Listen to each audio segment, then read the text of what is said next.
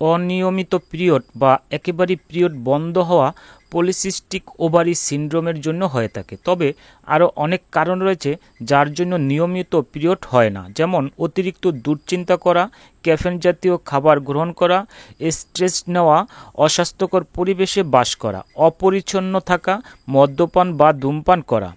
Teenager ও মধ্যবয়সী নারীদের মধ্যে অনিয়মিত পিরিয়ড সমস্যা দেখা দিতে পারে। এর মূল কারণ হলো হরমোন। অনিয়মিত পিরিয়ডের সমস্যা থেকে মুক্তি পেতে আজকে আমরা আলোচনা করব নরম্যান্স বা মেনোরাল ট্যাবলেট নিয়ে।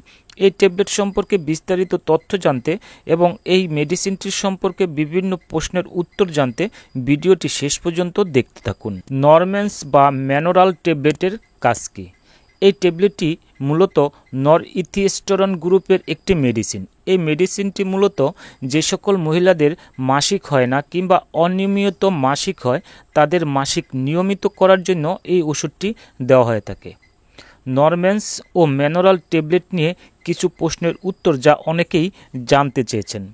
নরম্যান্স ট্যাবলেট খাওয়ার কতদিন পর মাসিক হয়? এই ওষুধটি খাওয়ার 20 থেকে 25 দিনের মধ্যে মাসিক শুরু হয়। যদি মাসিক এই সময়ের মধ্যে না হয় তাহলে অবশ্যই ডাক্তারের পরামর্শ নিতে হবে। নরম্যান্স ট্যাবলেট খাওয়াকালীন সহবাস করলে কি বাচ্চা হয়?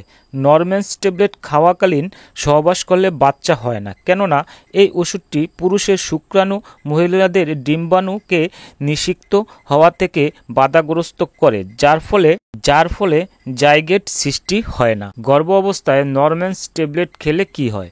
নরম্যান্স ট্যাবলেট গর্ভ অবস্থায় খেলে বাচ্চা নষ্ট হয়ে যেতে পারে। সেই ক্ষেত্রে এই ওষুধটি খাওয়ার আগে অবশ্যই প্রেগন্যান্সি টেস্ট করে নিতে হবে। নরম্যান্স ট্যাবলেট খাওয়ার নিয়ম। নরম্যান্স ট্যাবলেট একটি করে রোজ 3 বার খেতে হয় 3 সপ্তাহ।